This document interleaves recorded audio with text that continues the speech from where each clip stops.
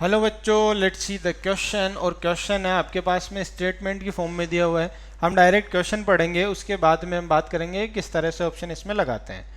तो statement one है हमारे पास में, the kinetic energy of the photo electron ejected increases with increase in frequency of incident light. और दूसरा स्टेटमेंट है, increase in intensity of incident light increases the photo electric current. ठीक है, तो हम बात करते हैं कि फर्स्ट स्टेटमेंट क्या बोल रहा है। फर्स्ट स्टेटमेंट बोल रहा है कि अगर आपने फ्रीक्वेंसी इंक्रीज कर दी इंसिडेंट लाइट की, तो काइनेटिक एनर्जी भी क्या हो जाएगी, इंक्रीज हो जाएगी। हमें पता है कि फोटो इलेक्ट्रिक इफेक्ट में जो फॉर्मूला होता है हमारे पास में, जो इक्वेशन बनती है, H nu is equals to H nu work function plus kinetic energy.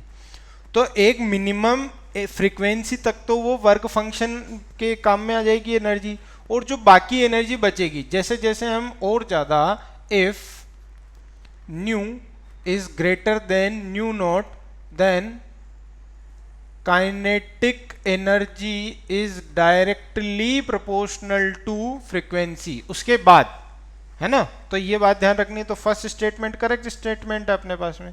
Second statement है कि इंटेंसिटी बढ़ा दी। तो व्हेन इंटेंसिटी, अगर जब हम बढ़ाते हैं, इंटेंसिटी का मतलब फ्रीक्वेंसी नहीं है, इंटेंसिटी मतलब ब्राइटनेस। जब ब्राइटनेस बढ़ाते हैं तो ब्राइटनेस और intensity is directly proportional to ejected electrons, या फिर हम ऐसा कहेंगे इसे, नंबर ऑफ इजेक्टेड इलेक्ट्रॉन। जितने नंबर ऑफ इलेक्ट्रॉन्स प्रोड्यूस होंगे या बाहर आएंगे, इजेक्ट करेंगे, उसके कारण उसकी करंट भी उतनी ज़्यादा होगी, फोटो इलेक्ट्रिक करंट भी उतनी ज़्यादा होती जाएगी। तो स्टेटमेंट टू भी करेक्ट है। पर क्या स्टेटमेंट टू स्टेटमेंट वन का एक्सप्लेनेशन है क्या? नहीं है। तो हमें उसी के अकॉर्डिंग ऑप्शन देखना है।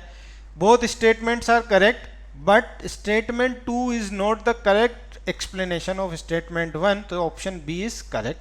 I hope you understood it very well. Best of luck.